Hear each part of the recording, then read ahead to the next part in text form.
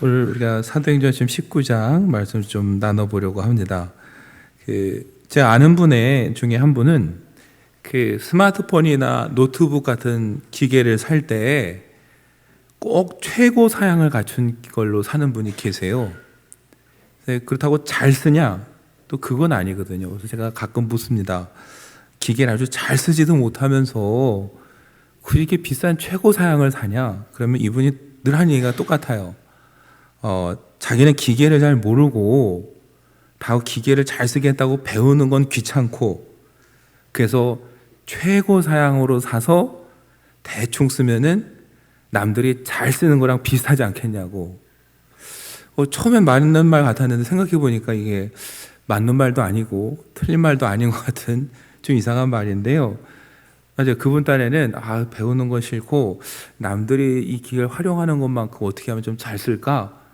그러면은 일단 비싸도 제일 좋은 걸로 사서 내가 대충 쓰면은 비슷하지 않을까? 이제 이런 생각을 하는 거죠. 근데 사실 생각을 해보니까 저도 그렇고 우리가 가지고 있는 어떤 그 기계들, 특히 전자제품의 기능을 다 알고 다 100% 활용하는 사람은 제가 보니까 거의 없어요. 스마트폰도 그렇고 태블릿도 그렇고 심지어 요즘은 자동차도요, 무슨 기능이 이렇게 많은지 정말 귀찮을 정도입니다. 옛날이 더 좋았다는 생각이 들 정도로 뭐가 이렇게 복잡한지. 여러분, 기능은 많아졌는데 가만히 보면은 우리가 쓰는 기능은 늘 똑같아요. 기계의 버튼이 아무리 많아져도, 스마트폰으로 할 수 있는 게 많아도 우리가 하는 건 늘 전화 걸고 카톡하고 유튜브 보는 거 외에는 없습니다. 근데 여러분, 왜 우리는 그렇게 새로운 것을 잘 활용하지 못하고 늘 쓰던 기능만 쓸까? 이런 생각을 하게 되는데, 어느 날 제가 뇌과학자의 강연을 듣다가 거기서 답을 찾았습니다. 카이스트에서 뇌과학을 연구하는 교수님이 강연을 하는데 이런 얘기를 하더라고요. 왜 사람이 자기의 능력을 100%다 활용하지 못할까? 답은 뇌에 있다라는 거예요. 사람의 뇌에. 그래서 이분이 뭐라고 하냐면요, 뇌의 가장 본능적인 성향은 생존이라는 거예요. 그러니까 우리 생명을, 저와 여러분의 생명을 지키고 어떻게 하면 살아남는가, 이게 뇌의 가장 기본적인 구조라는 거예요. 안전한 걸 좋아하고. 그래서 뇌가 목표를 정하는 것은요, 첫 번째, 눈에 보이는 것을 목표로 정한다고 합니다. 어떻게 하면 살아남을 수 있을까? 눈에 보이는 거 먹고 입고 따라가는 거, 이게 1차적인 목표라는 거예요.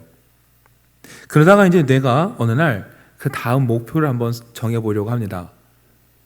시도를 해서 실패를 하잖아요. 여러분과 제가 뭘 하다 실패하면 어떻게 움츠려들잖아요. 맞아요. 뇌가 멈춘대요. 왜요? 이건 위험한 거야, 이렇게 생각을 한다라는 거죠. 그래서 멈춘대요. 멈춘 상태로 두면 어때요? 우린 계속 그대로 사는 거예요. 근데 비록 실패했지만 그래도 여기 이런 유익함이 있었고 이런 의미가 있고 이런 걸 배웠어 라고 해서 다시 도전하고 도전해서 한번 성공을 하잖아요. 그럼 뇌가 그때부터 이건 해도 되는구나, 또 이렇게 생각을 한다라는 거예요. 그 일을 계속 해가는 거죠. 여러분, 근데 어때요? 처음엔 어렵게 성공했지만 그 일을 계속 하다 보면 뇌는 또 뭐라고 생각해요? 이건 안전한 거고 당연히 해도 되는 일 하면서 사람은 거기에 또 안주하는 거예요. 그래서 이분이, 뇌과학자가 뭐라고 했냐면요, 우리의 능력을 최대한 활용하고 우리가 늘 발전하려면은 지금보다 조금 더 높은 목표를 두고 늘 생각하고, 마지막에 강조하시는 게 아무리 좋은 아이디어도 뇌 속에 있으면 소용이 없는 거라고. 뭘 해야 됩니까? 행동하고 실천해서 성공을 조금씩 맛봐야 뇌가 계속 성장하고 우리의 능력도 최대한 활용한다라는 이야기를 하더라고요. 생각해 보니까 맞는 것 같아요. 여러분, 우리가 가지고 있는 기계의 기능을 왜 못 씁니까? 간단해요. 몰라서 못 씁니다. 몰라서 못 쓰는데, 모르는데 그걸 배우는 것도 더 어려워요. 왜요? 배우는 과정도 힘들고 두렵습니다. 스마트폰 막 만지다가 망가지면 큰일 날 것 같아요. 수리비도 많이 나올 것 같고, 며칠 못 쓰면 일 못 할 것 같고 여기 있는 거 다 지워지면 어떡할까 겁도 나요. 그래서 어떻게 돼요? 쓰던 거나 쓰지 하면서 늘 똑같은 기능을 쓰고 늘 똑같은 수준에서 머물러 있는 거죠. 그거에 비하면 여러분 가끔 깜짝깜짝 놀라는 게 뭐냐면요, 어린아이들이에요. 어린아이들이 스마트폰을요, 어른도 모르는 걸 잘할 때가 있습니다. 왜 그런가 봤더니 겁이 없어요. 이거 막 누르다가 망가져도 지가 고칠 게 아니에요. 수리비 누가 내야 돼요?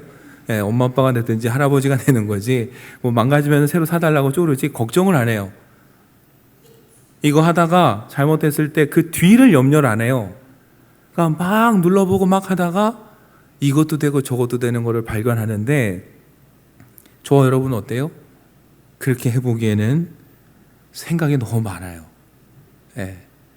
망가질까 걱정, 수리비 걱정, 못 쓸까 걱정. 그러니까 하던 거 하지. 여러분, 기계뿐만 아니라 우리의 삶도 그런 것 같아요. 그래서 늘 안전하다는 이유로 그냥 하던 것에서 벗어나지 못하고, 그러다 보니까 우리가 할 수 있는 많은 능력을 반도 쓰지 못하는 거죠. 아니요, 반에도 훨씬 못 미칠 거예요. 신앙생활하고 예외일까요? 신앙생활도 제가 곰곰이 생각해 보니까 똑같아요. 신앙의 시작은 눈에 보이는 목표 때문이에요. 예수님을 찾아왔던 사람들이 예수님을 잘 알아서 찾아온 사람 없습니다. 살려고 찾아왔어요. 아파서 찾아왔고, 굶주려서 찾아왔고, 귀신 들려 찾아왔어요. 대단한 이유가 있어서가 아니라 눈에 보이는 목표, 살고 싶어서 주님 찾아왔어요. 근데 그 문제가 해결되니까 어때요? 또 그대로예요. 변화가 없어요.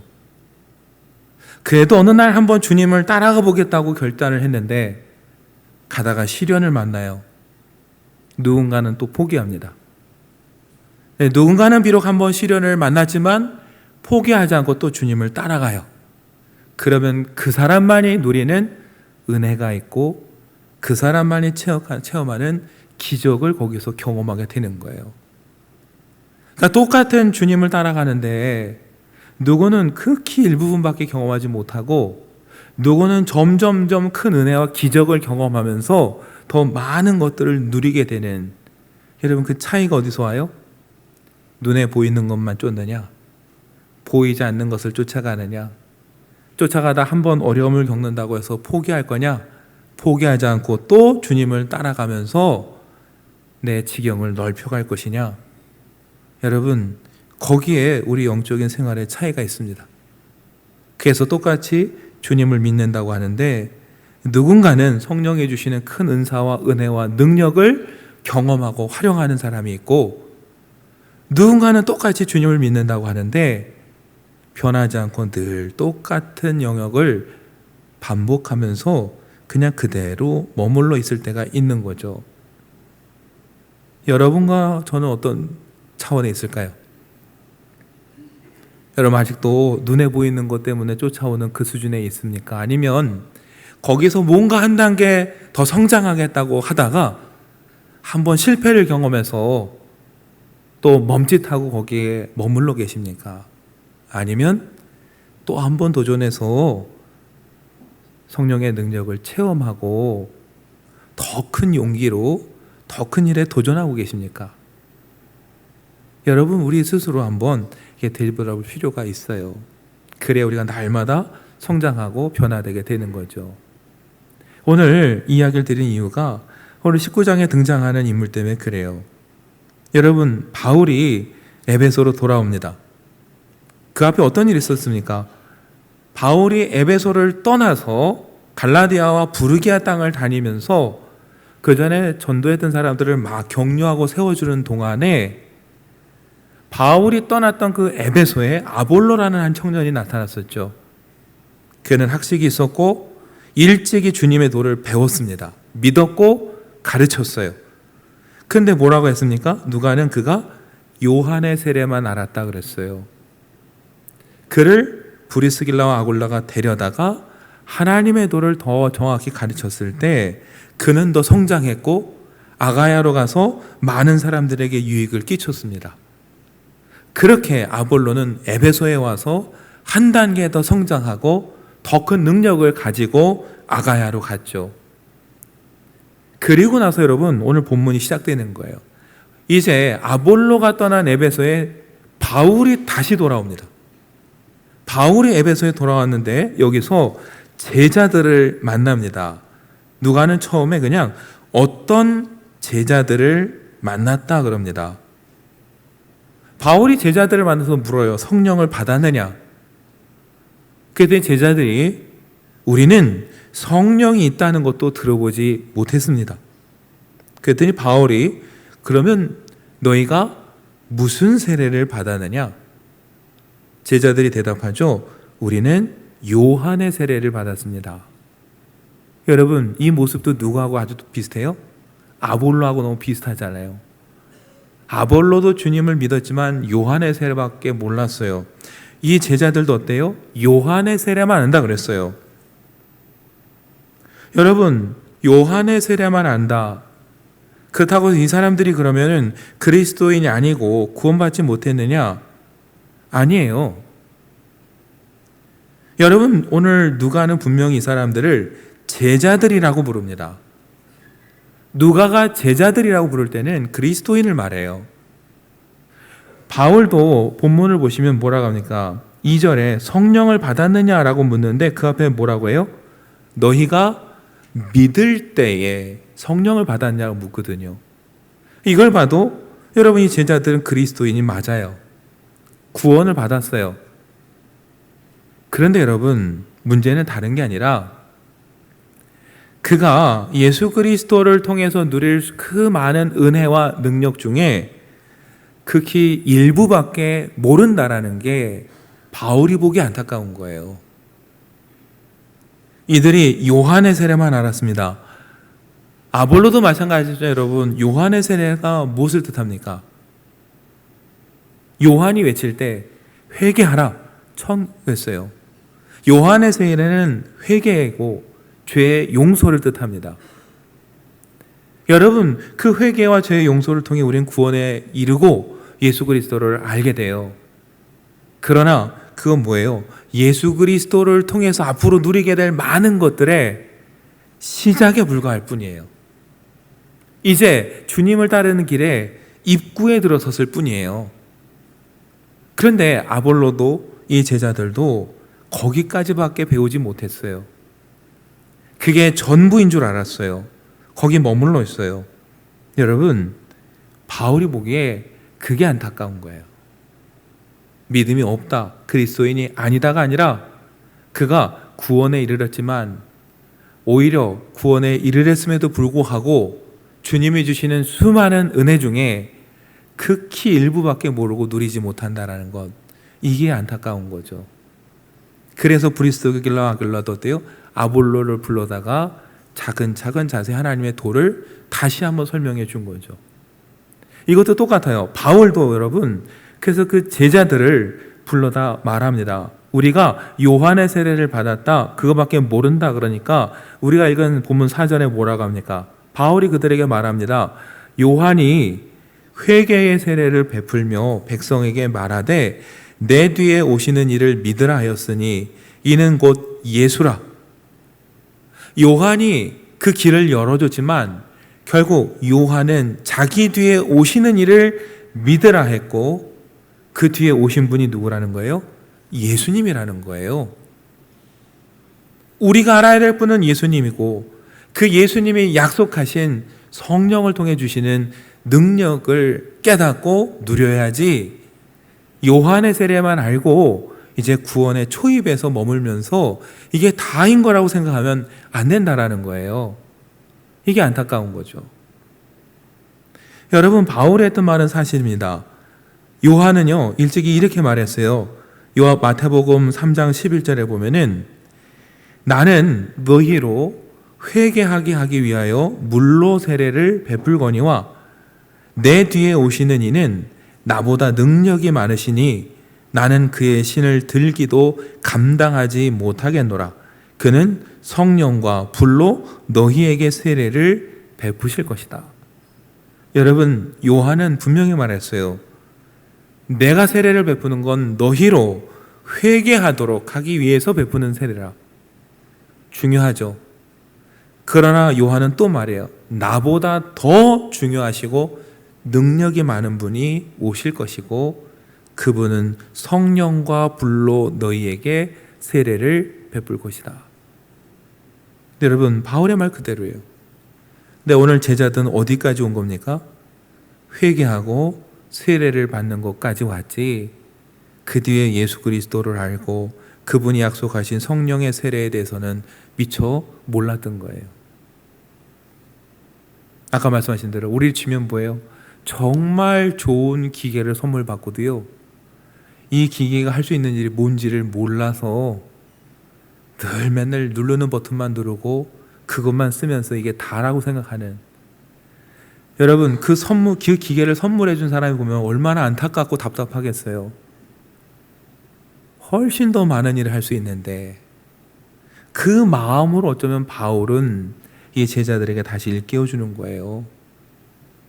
요한이 말한 것보다 훨씬 더 많은 것들이 이 속에 있다고. 죄의 용서도 중요하고 회개도 중요하지만 우리는 그거 해결됐다고 만족하면서 살 사람들이 아니라 주님이 주시는 성령을 통해 더 많은 일들을 할 수 있고 누릴 수 있다고. 그게 우리 그리스도인의 삶이라고 지금 말해주는 거예요. 죄 문제 해결됐다고 그거 하나에 그냥 안주할 게 아니라 더 많은 걸 누릴 수 있다고, 그 기쁨을 누리라고 말해주는 거예요. 여러분, 그 이야기를 듣고 이 사람들이 어떻게 합니까? 다시 예수의 이름으로 세례를 받습니다. 세례를 받을 때 6절에 보니까 바울이 그들에게 안수합니다. 그때 성령이 그들에게 임했고 성령이 임하자 방언도 하고 예언도 했다. 그래서 마지막 7절에 그 제자들이 12사람쯤 되니라. 누군지 모르겠으나 12명의 제자들이 이 순간 또 이렇게 한 단계 더 변하고 성장하고 경험하게 되는 거예요. 여러분, 이들이 세례와 바울의 안수를 통해 누렸던 이 모습, 오순절 예루살렘에 있던 제자들에게 찾아왔을 때하고 너무나 닮은 모습이에요. 생각하면 제자들도 그 과정을 거쳐왔어요. 예수님을 따르는 제자들, 여러분, 무엇 때문에 예수님 따랐습니까? 처음에 눈에 보이는 것 때문에 따랐어요. 오병이의 기적을 보고 따라왔고 예수님의 놀라운 능력을 보고 따라다녔어요.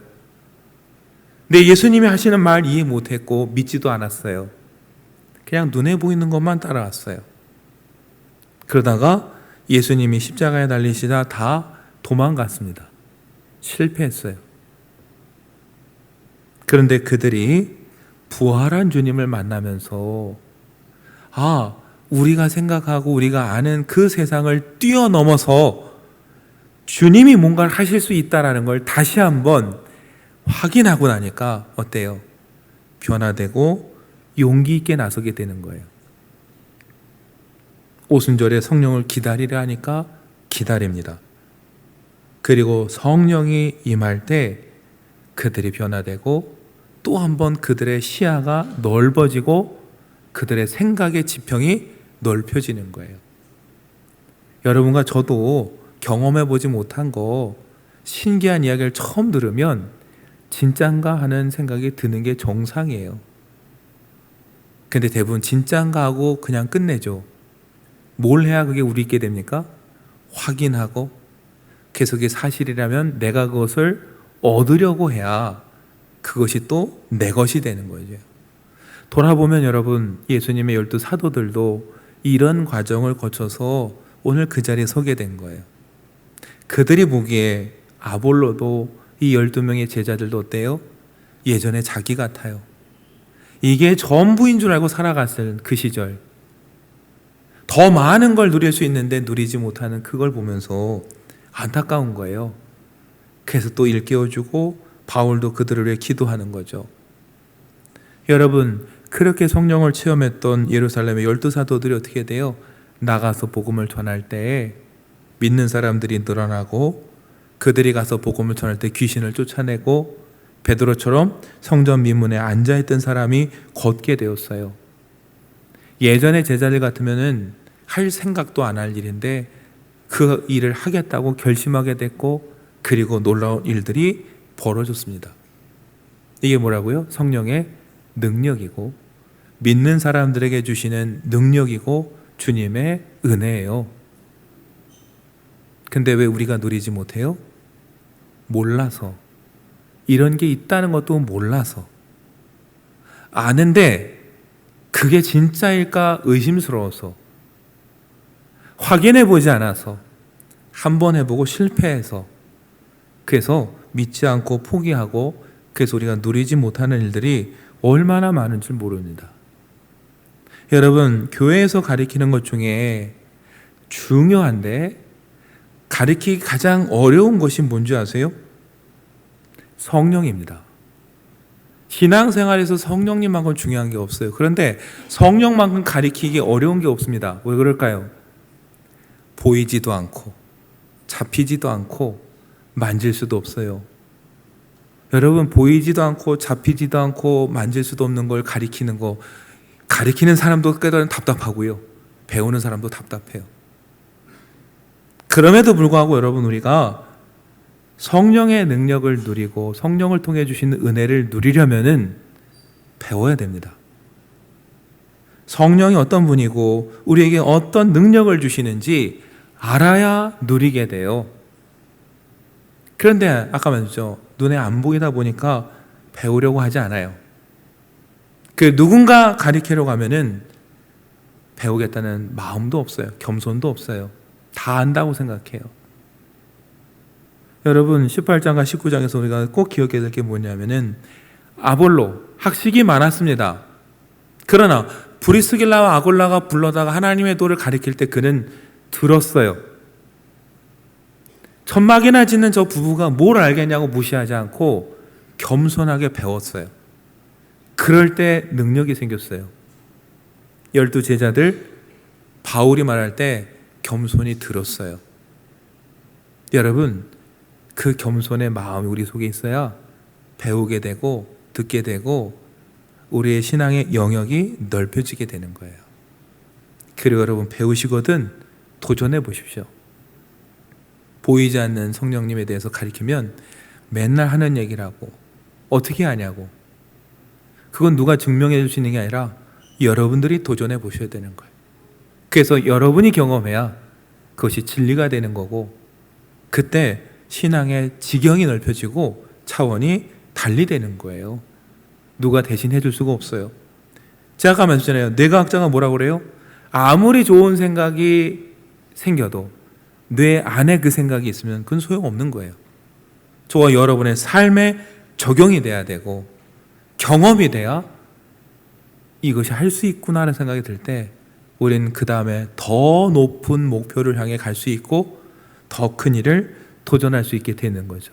그렇게 한 단계 한 단계 가면서 우리는 성령의 역사를 경험하게 되는 겁니다. 여러분, 바울이 제자들에게 물었던 질문, 너희가 믿을 때 성령을 받았느냐라는 그 질문, 오늘 우리 스스로에게 해봤으면 좋겠습니다. 이미 받으셨겠죠? 그렇다면은 내가 그 성령의 능력을 마음껏 누리고 신뢰하고 있느냐?